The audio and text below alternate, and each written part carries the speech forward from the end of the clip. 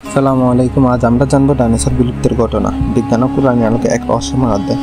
66 million বছর আগে পৃথিবীতে রাজত্ব করতে এক বিশাল ভয়ঙ্কর বিস্ময়কর প্রাণী ডাইনোসর, কিন্তু হঠাৎ করে এক মুহূর্তে সবকিছু পাল্টে গেল। আকাশ কালো হয়ে গেল, সূর্যের আলো ডেকে গেল ধুলায়, আর ডাইনোসরের যুগের অবসান ঘটল। কিন্তু কি ঘটেছিল সেই দিন?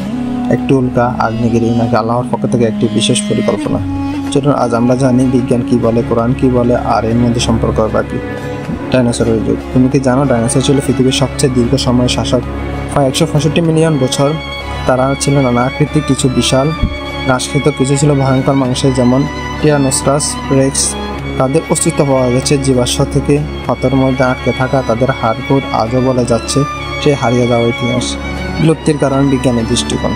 তারপর হঠাৎ আকাশ থেকে নেমে এলো এক দৈত্যাকার আগুনের গোলা, একটি উল্কাপিণ্ড প্রায় 10 কিলোমিটার চওড়া দিয়ে এলো আজকের মেক্সিকো উপকূলে চিকসলুব নামক স্থানে।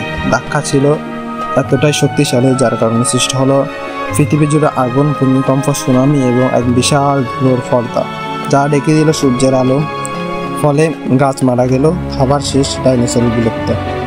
ইসলামের আলোকে বিশ্লেষণ। প্রশ্নে জাগে, এত বিশাল প্রাণী, এত বিস্ময়কর জীব, কেন তাদের বিলুপ্ত করে দেওয়া হলো?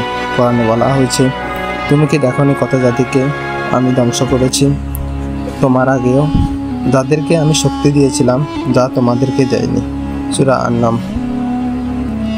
এই আয়াতে আল্লাহ বলেছেন, আগের অনেক জাতি, অনেক শক্তিশালী জীব যারা পৃথিবীতে দাপট দেখাতো, তাদের ধ্বংস করে দেওয়া হয়েছে একমাত্র আল্লাহর ইচ্ছায়। কোরআন ডাইনোসর নাম নেই, কিন্তু পরবর্তী জাতি ও ধ্বংসপ্রাপ্ত সৃষ্টির ব্যাখ্যা এগুলো অনেকে বোঝেন।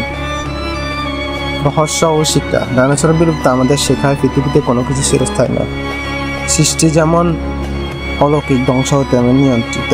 বিজ্ঞান ব্যাখ্যা দেয় কিভাবে তা ঘটেছে, আর ধর্ম দেখায় কেন ঘটেছে। এটা কি নিছকই কাকতালীয়, নাকি একটি মহাপরিকল্পনার অংশ? আজ আমরা যখন জীবাশ্ম দেখি, ডাইনোসর বিশাল পায়ের ছাপ দেখি, তখন আমরা বুঝি একসময় যা ছিল সবচেয়ে শক্তিশালী আজ তারা নেই। তুমি কখন ভেবে দেখেছো এই পৃথিবী যেভাবে এক জাতিকে সরিয়ে দিয়ে আরেক জাতিকে স্থান দিয়েছে, একদিনকে আমাদেরও সময় শেষ হয়ে যাবে? আল্লাহ বলেন, প্রত্যেক জাতির জন্য একটি সময় নির্ধারিত রয়েছে। সূরা আরাফ। এই ভিডিও যদি তোমার ভালো লাগে থাকে তাহলে লাইক, কমেন্ট, সাবস্ক্রাইব করতে ভুলবে না। কমেন্টে লিখে জানো তুমি কি মনে করো ডাইনোসর বিলুপ্তির পেছনে প্রকৃতি নাকি স্রষ্টার পরিকল্পনা।